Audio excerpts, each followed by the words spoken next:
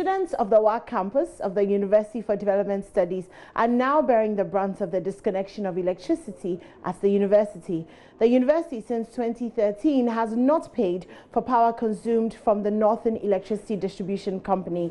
They owed the company an amount of 3 million Ghana cedis. NEDCO this afternoon embarks on a special disconnection exercise that saw them disconnect the university and the Polytechnic. The disconnection of the power at the university brought lectures to an abrupt end. Some students who have queued to do registration could not because of the blackout. This level 200 student, who gave his name only as Kwame, paints a mental picture of the situation. The university since 2013 has not paid its electricity bills. They owed VRA NEDCO a colossal amount of 3 million Ghana cedis.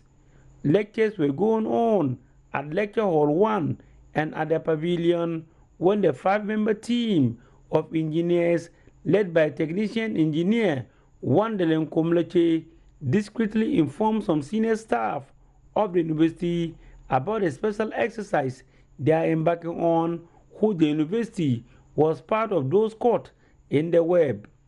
They quickly moved into action, and within minutes there was brownout at the entire university campus, with the exception of the private hostels that are located at the campus.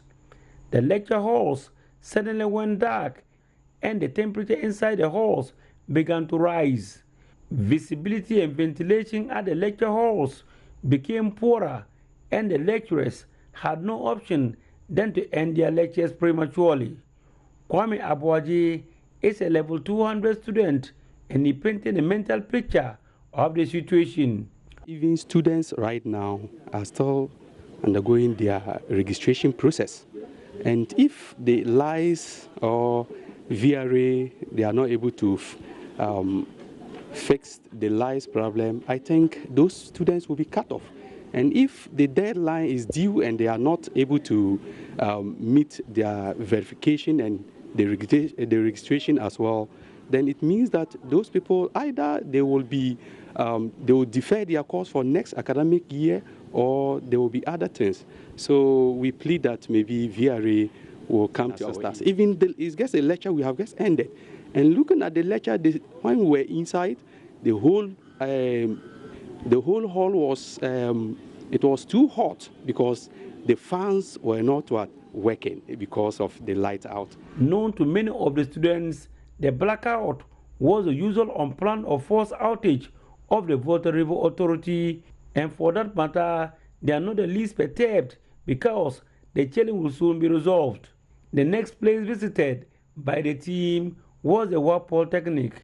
The amount owed as a result of unpaid electricity bills is a little over 4 million Ghana cedis.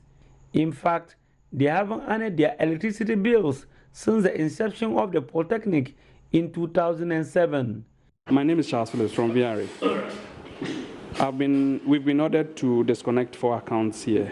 We have the lecture hall, the administration block at the campus, library complex, engineering workshop.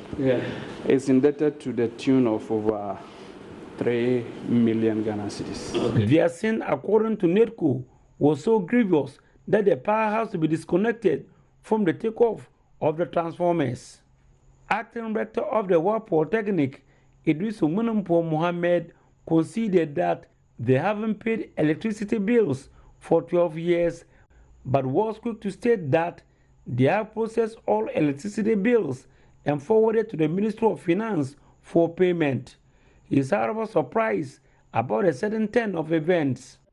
Maybe some pressure has to be applied. We cannot on our own get it from our accounts from anywhere. It's simply not there. And disconnectedness means that bringing this institution to its knees. We have just begun the semester, and that can cause a lot of trouble for us anyway. So I was just speaking to them the last time they came. I was speaking to the regional manager. You need to have some understanding. We need to exercise some patience. We are doing everything we can do to get the power, the bill paid, so that we don't go off.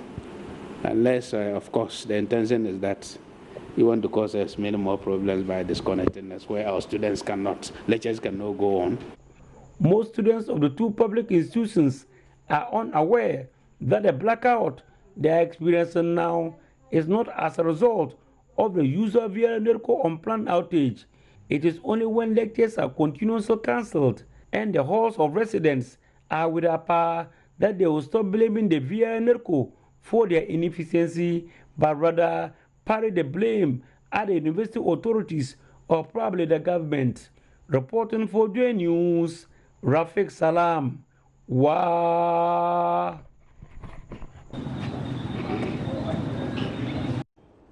And the National Commission for Civic Education fears processes for a referendum on election of metropolitan, municipal and district chief executives could face some challenges. Commission Chairman Josephine Nkrumah observes that continued public apathy to local government election can scuttle the effort if turnout falls short of constitutional requirements. She spoke to the media on the sidelines of the launch of education campaign on 2019 district-level elections and referendum in Kumasi. Nanaya Ojima has more in the following report.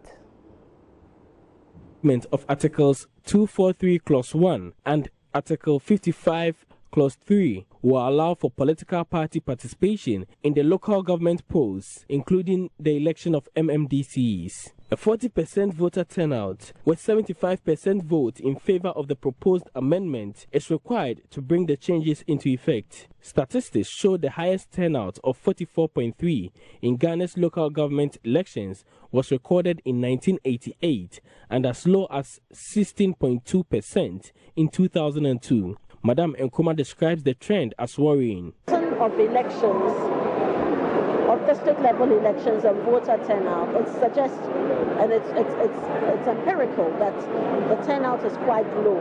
And it is your money and my money, the taxpayers' money, that goes into the arrangement and organization of elections. And so all of us must turn out so that this election and this referendum can be successful. We also need to understand that district-level elections is one of the things that impacts us most. It is also one of the venues, the channels that allows every citizen to participate in decision-making at the local government level. So we shouldn't take it at all for granted. We should actually participate even more rigorously than we do in the general and parliamentary elections. Madam Nkrumah says, besides mainstream media, the Commission is exploring personal engagement to enhance work which has already started. We are confident that with the kind of education that we are going to embark on, the kind of awareness raising we are going to create, and also, and more importantly, relying or expecting that everybody would pass this message on, we are confident that we would be able to make our 40% voter turnout. We should also understand that the major political parties have all indicated their support for this paradigm shift, which of course means that they also will be galvanizing their supporters to come out and vote. So it's an all-hands-on-deck approach, and I believe because we're having that kind of approach, we're going to see a massive voter turnout come December 7th.